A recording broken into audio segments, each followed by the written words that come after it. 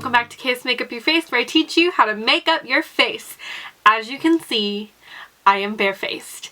And that is because today I'm going to be talking to you guys about my skincare routine. This has taken me quite a bit of time to get the courage to want to film this video, just because my skin about a year ago was definitely not in a place that I had hoped it would be in. I was battling cystic acne, a lot of cystic acne, and I couldn't really tell what was triggering it.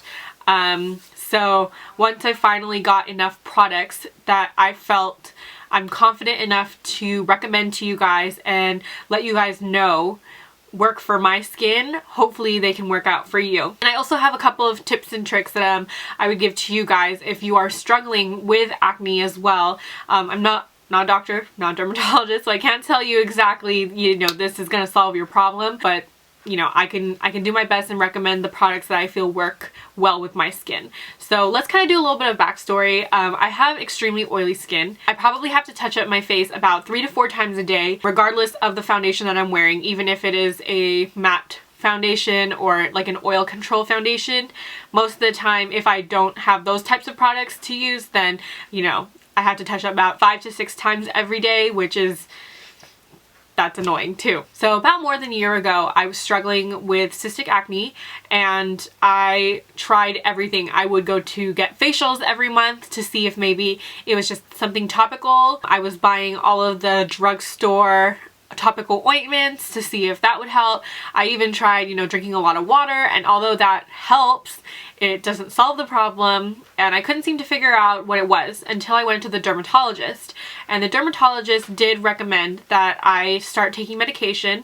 It wasn't as extreme as Accutane, but it was an oral medication that I had to take every day, and I felt like that really worked for me. I can't tell you guys the medication or recommend it for you guys, because you guys would need to see a doctor and have them recommend it to you, but just to let you know that that is an option if your acne does get too bad to the point that topical ointments aren't fixing the problem. I did oral medication for about a year, and I know that they say not to do it for more than 3 months consistently, but I was on different medications that did the same job. It worked out for me. So just be careful with medicine. Don't overdo it, that's not good, but just consult a doctor and let them know that you're struggling and that you need to find a solution to the issue and see if they'll recommend something for you. I noticed my skin starting to clear up a lot more recently, and I'm sure you guys have also noticed that my skin has cleared up a lot.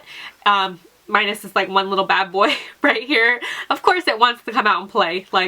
I did notice some things that I needed to change about my diet. I did have to start drinking more water, and I know everyone says it, that you need to drink more water, but it's totally true. You need to hydrate your body and cleanse it from the inside out, and I think that's really important, is just keeping hydrated, and plus it helps with your other benefits, like your hair and your nails and everything like that. So I would recommend drinking a lot of water throughout the day. The second thing I would recommend is cutting out soda. For me, I don't know if it's just my body doesn't like soda. If one day I drink a cup of soda, even just a cup, the next morning I'm gonna have breakouts. So I learned that if I just cut that out of the equation, then I won't have the acne the next morning. I used to actually be extremely addicted to soda. It's probably not good for you, especially because of all the sugar that you're intaking. It's probably not good for weight gain either, but it helped. So I would suggest that if you feel like you consume a lot of sugar products, that can also include candy and all that kind of stuff, just portion control. The third thing that I noticed is that I had to cut out dairy from my diet, and not only was it because I was lactose intolerant and my doctor said that it was really detrimental to my health that I was consuming dairy, but it also, I noticed, helped as far as clearing up my skin. And I don't know if you guys know this, but dairy, one of the larger contributors to acne, and so if you cut those out, I stopped having frappuccinos, which that was hard to give up, but it really helped. It tremendously helped. So those are some of the tips that I feel helped me, and I hope that they help you.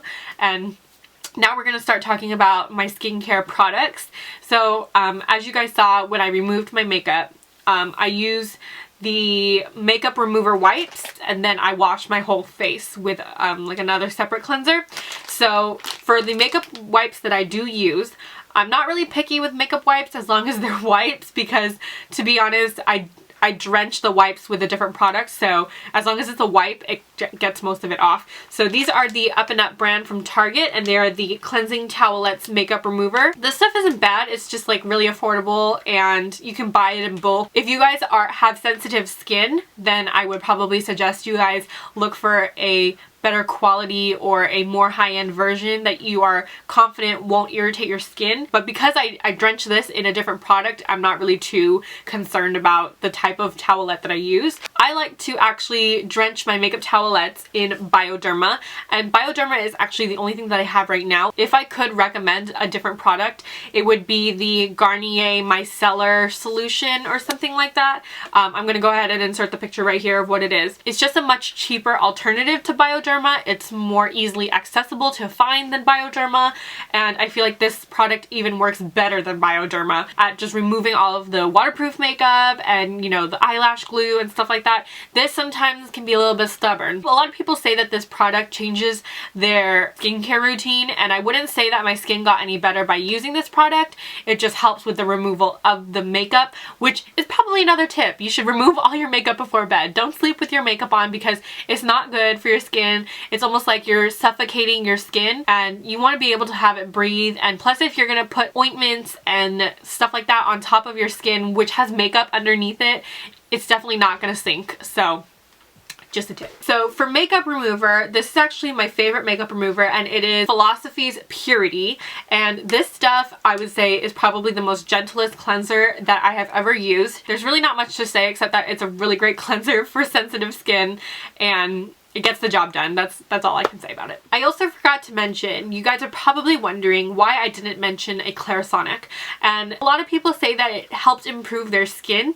I actually found that it made my skin a lot worse, and normally they say that the Clarisonic, you'll have like a little purge period where if you use it maybe 2 to 3 times a week, you'll notice that your skin's gonna break out dramatically for like those 3 weeks, and then after that your skin will be fine. I found that the Clarisonic just irritated my skin, and I was using the softest brush head, and I was only using it for about 30 seconds, and I kind of went around my whole face. I wasn't, you know, using it for the whole 60 seconds, and I just found that my skin didn't like it. It was like over exfoliating my skin, and it was not happy. My skin was getting so red, and it was not good. It's up to your preference if you want to use the Clarisonic for makeup remover. However, I just personally would not recommend it because it didn't work out for my skin, and I don't want you guys to have to endure the pain and sensitivity that my skin endured.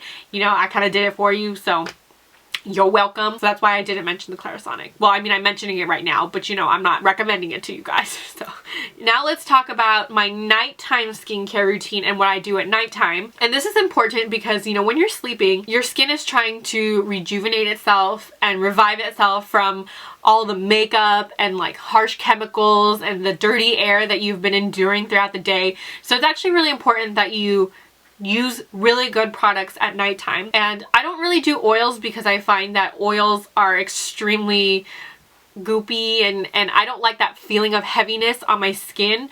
So that's why I don't do an oil. However, if you do an oil, then just remember to do it in the order of consistency. So the lighter products go first. You would put the oil first, and then, you know, like your topical ointments, and then the heavier products, they go on top. So because I don't put the oil, I start off with my acne treatment, and this was prescribed to me by my dermatologist. So if you guys are struggling with acne and you guys go to a dermatologist, they will probably recommend a topical ointment that is a higher dosage of either benzoyl peroxide or salicylic acid, which is one of the 2 main ingredients that can fight acne. You will be able to find products from the drugstore, you know, topical ointments that can do the job. It'll just take a smidge longer than the prescribed stuff because the percentage of the chemical in it is a lot lower. This stuff is a lifesaver. I don't know what it is, but every time I put it on a pimple, the next morning I can tell that it's dramatically reduced in size. And something comparable to this I would recommend is the Clearasil 4 Hour. This stuff is actually really good from the drugstore. drugstore, and if you guys can't get your hands on prescribed stuff, like this stuff is really good. I wouldn't say it gets rid of the redness or reduces the pimple size in 4 hours. That's kind of an exaggeration, but you know, so that one would go on top. And then you want to apply your moisturizer. So for moisturizer at night, what I use is the Ultra Repair Cream, and this one is by First Aid Beauty. This stuff is like rich. I always feel like my skin is very supple and like juicy in the morning because this stuff, my skin just absorbs it right up, and my skin is thirsty, okay? This stuff is good. I love this. And even though I have oily skin, it's always good to be hydrated and feel moisturized with your skin, because if it's dry, your skin's actually going to want to produce more oil, and more oil can cause more breakouts. So just keep that in mind, like stay moisturized. On top of this product, I like to use this one. This one's also from First Aid Beauty, and it is the Ultra Repair Hydra Firm Sleeping Mask. There are other products that I own that are similar to this, such as the Korres Greek Yogurt Sleeping Mask. That one's good too. Belief is a Korean skincare line, and it's sold at Sephora. They do a sleeping mask as well. Those are all good. So whatever you can get your hands on, good. Put that one on top because your skin will just love it. I used to only, I used to only use this and my skin would be fine, but when I use this on top, my skin feels great. It's like, thank you, Kel, for giving me some water last night because now I feel all hydrated. You can't forget your eye cream. This is the Clinique Repair Wear Laser Focus, and this is a wrinkle correcting eye cream, and it just comes in this tiny little jar, and honestly, you don't even need that much of eye cream, just like a little dab, and you always use your ring finger because your ring finger applies the least amount of pressure, and this area of your face is extremely sensitive to pulling and stuff like that, so just be careful around this area. I like to apply this underneath the eyes, on the inner corner, and on the eyelid, and I kind of bring it outward. I kind of pull this area outward, okay? You don't want to pull down, pull up and out. At night, because, you know, my lips always feel dry at the end of the day just because I usually like to wear matte lipstick and my lips haven't gotten any sort of love throughout the day, so I like to use this, and this is the Dior Creme de Rose Lip Balm. As you can see, I'm sort of running low, so mom's gotta pick up some more. This stuff is extremely emollient, it's thick, and it just makes my lips feel so great in the morning, and I never have an issue with chapped lips throughout the winter time because I'm using this stuff. And because it's kind of expensive, I only like to use it at night. I don't like using it throughout the day and like continuously apply it. For in the morning when I wake up and my skin is feeling so good because I drenched it in moisturizing products. I gotta wash my face before I apply my makeup. Your skin has just been sitting with all that product on for like your what, 8 hours of sleep. It's time to wash it off, and I would honestly recommend you guys do this before you apply makeup, or even if you go out throughout the day before you apply moisturizer and stuff throughout the day. Just wash your face. You'll feel a lot more refreshed and you feel good. So for that, I'm really not picky when it comes to morning cleansers, just because I just need to wash off what was there the night before. So I use the Clean and Clear Essentials Foaming Facial Cleanser, and this one is for sensitive skin. I used to use the one for oily skin. That one I think is orange, and ooh, my skin did not like that. It dried out my skin so bad. And I could understand if, you know, you have oily skin and you want your face to not feel as dry, but it really isn't good in the long run. So I would suggest this one. The sensitive skin one is good. Before I apply makeup, remember what I said about how you should put moisturizer on, you know, even though you have oily skin? Get one that's a matte moisturizer. I use this one from Dermalogica. This one is the Oil Clearing Matte Moisturizer, and this is actually really great because I honestly find that my skin isn't as oily throughout the day when I use this. If you can't get your hands on this one, another one I would recommend is this Sephora one. This one is 8-hour mattifying moisturizer with SPF 20. This one is actually pretty good too. I don't find myself as matte throughout the day unless I use this one. Before I apply my concealer underneath the eyes, I do apply an eye cream again, and this one is the Origins Ginseng Eye Cream. I prefer to use this one throughout the day because this one I find is hydrating, whereas the other one from Clinique is more like for wrinkle repair. So if I wake up in the morning and underneath my eyes just feel so tired and they feel dragged down, or maybe I didn't get enough sleep the night before, this stuff I feel like hydrates my eyes, makes my eyes feel a little bit more wake because it's kind of like a plumping thing. If you guys have like a preference for eye cream, then, you know, do your own thing. But this is not like an everyday thing. Sometimes I just forget to do it. I'm going to be completely honest. But if you remember to do it, do it. Lastly, in the mornings, I can't leave without putting on some lip balm. And I usually put the lip balm on before I start my makeup, and then right before I'm going to put my lip product on, I kind of wipe it off. And that's why I don't use the Dior one for this, because if I'm just going to wipe it off, that's such a waste. I use the Rosebud Salve by Smith's. I also have the Eucalyptus Mint flavor, and I like that one as well. They're both good. This brand is really nice. I feel like my lips just are so set for the day, and I just like this kind of concept where you just squeeze it out and you apply it to your lips and you don't really have to worry about it. It's pink, but it comes off colorless on your lips. Alright guys, so that concludes today's video. I hope you guys learned something new and kind of picked up some tips and tricks from what I was talking about. If you are battling with acne, it's okay. I almost felt so embarrassed to want to go out in public because I was so embarrassed of my acne. It was almost like covering it up made it worse. And when you walk out with no makeup on, it's like your face is all red and blotchy, and you don't want people to stare at you. But you know what? Like, it gets better. And if what I am recommending to you guys doesn't work, then go see a dermatologist, because they're going to recommend you products that they know are going to work for you. Maybe then it'll help.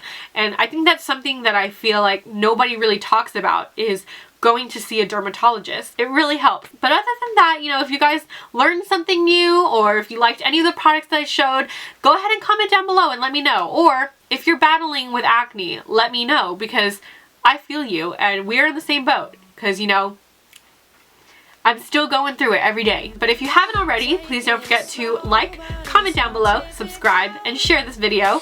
And I will see you guys in the next one.